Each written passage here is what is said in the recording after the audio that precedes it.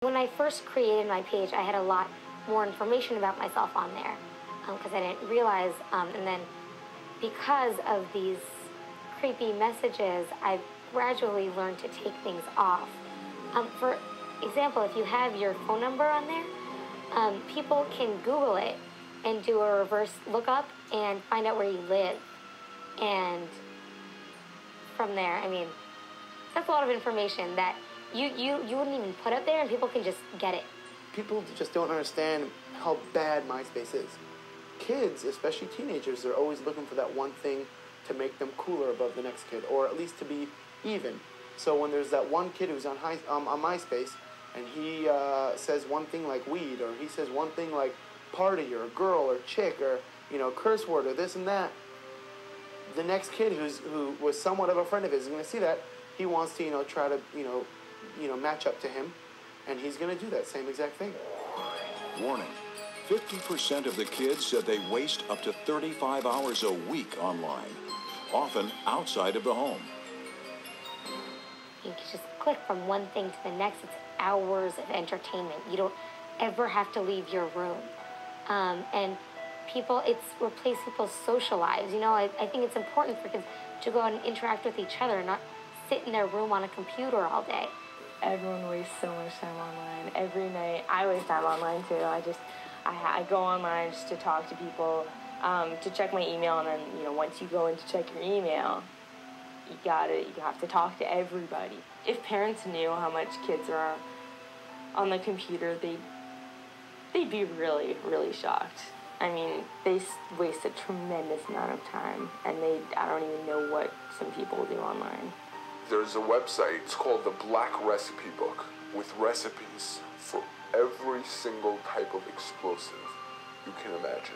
They're all homemade, with regular household items. And we would go into the kitchen and make small explosives. These are things that are available to anybody. It's one thing to say that pornography is an addiction. It's one thing to say gambling is an addiction. But there's a point now where you have this one thing that is an addiction of an addiction. Because you have so much access, so easy access to pornography or gambling, or even something simple like news, to read up news, because from a click away, it becomes an addiction. Your finger loves to go like this and click the mouse. Next, next. You sit there in front of like a zombie. Next, next. Warning: 25% of the children were willing to admit to gambling online. Many of them have a serious gambling addiction. I had an experience with one of my closest friends in the world. He was the son of a respected rabbi in this community, in our frum community. One day, he gets an instant message. I'll give you $500 to gamble with, because I think you're a good gambler. He got a credit on a website called Part2.mov, which is a online gaming site. He went on with this $500 credit, and in about 3 hours lost it all. Slowly but surely, he started putting his own money in. 13-year-old kid doesn't have that much of his own money. Lo and behold, he would go at night into his father's room, take his father's credit card, and use it. He would use it online at night, starting in gambling sites. He was an excessive, compulsive gambler. It took approximately 2 months until his father found in the credit card's bill cycle what he was doing. After 2 months, he accumulated a bill of over $7,000.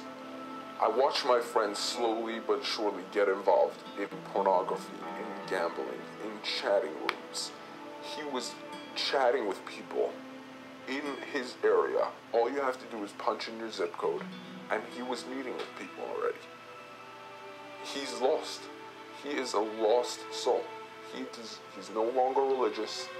He's no longer affiliated with his family, his friends, his community. He has his whole new life, and it's a sick life. And he is so addicted to it that he can't even live without it. learning and brachas and mitzvahs and all this stuff is very important, but you can't be teaching your kids about learning and mitzvahs and all that stuff before they even, you have to have a pure vessel that all this can be accepted into. It doesn't really matter what family you're from. Every kid, most normal kids have the same taivas, you know what I mean? 3/4 of the students said they need boundaries on their internet use. 84% said the internet is a serious problem for them. So what should parents do? I definitely think this is an important issue for parents to discuss with their children because it's so dangerous, it's so prevalent, it's so easy to access. Parents should speak to their kids in a very calm, relaxed way. Say, look, we know that there's a lot of stuff. We want to be able to trust you. But you have to understand that these are things that are out there. And there's a right time and place for everything. And now is not the right time for you to be exploring these things. I feel like their parents need to keep them occupied. They need to go out with them. There's a lot of parents who are in denial. If they would know what's going on, okay, they could control it, they could speak to the kids, but because they won't even believe it for a second, their kids are so messed up. The whole day they have free time to do this because their parents wouldn't believe, oh, my kid, he's too good. My kid's too good.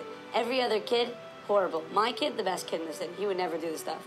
And those are the kids doing it. The parents who say, you know what, it could be my kid, those are the ones that are in control. The parents need to install parent controls, install software, have once in a while go check up on them. The parents should be involved. They should know what their child is doing. Kids are embarrassed or ashamed to talk to their parents about certain things. Those issues have to be resolved. Parents have to convey that it's okay for you to talk to me about it. It's okay. Today, we're going to make you aware of the dangers, prepare you for the worst, and give you the tools and techniques to protect your kids. For our children's sake, we hope you agree to help them.